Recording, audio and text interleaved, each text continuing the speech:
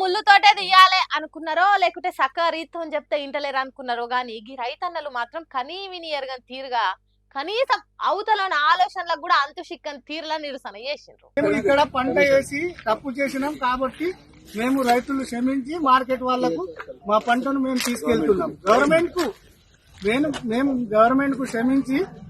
క్షమించండి, మేము మా పంటను తీసుకుపోతున్నాం. ఇంత సిగ్గుగా రైతులకు ఇంత అపమానం ఎప్పుడు? బల్లే హోంవర్క్ రాయకపోతే టీచర్ పనిష్మెంట్ ఇస్తారు కదా, హాగో గట్లనే ఉంది కథ. కానీ గిట్లా ఏసీలు సర్కార్కు పనిష్మెంట్ ఇప్పించేటట్టే ఉంది సినిమా చూస్తే. మరి లేకపోతేంది, ఎంతసేపు అని గదవలు కాళ్ళు ఏలు పట్టుకుని బతిలాడాలనా?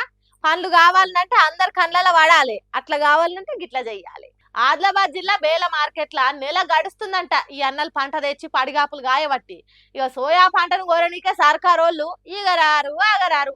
ఎన్ని రోజులు ఇంకా ఇట్లా అయితే కాదు, మాకు బుద్ధి లేక పంటను వండించినాం, మాకే తెలుగులు లేవని సర్కారును ఏమనలేక కాళ్ళ గిట్ల మోకాల మీద కూర్చొని నిరసన చేసుకుంటే శిక్ష వేసుకుర్రు.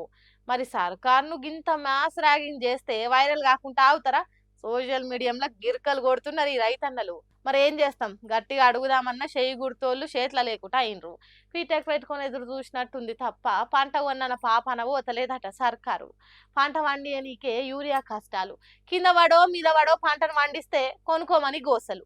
ఎన్నటికి తీరుతాయో ఏం పాడో రైతన్నలకు అని మాట్లాడుతుర్రు తెలంగాణ పబ్లిక్ అంతా.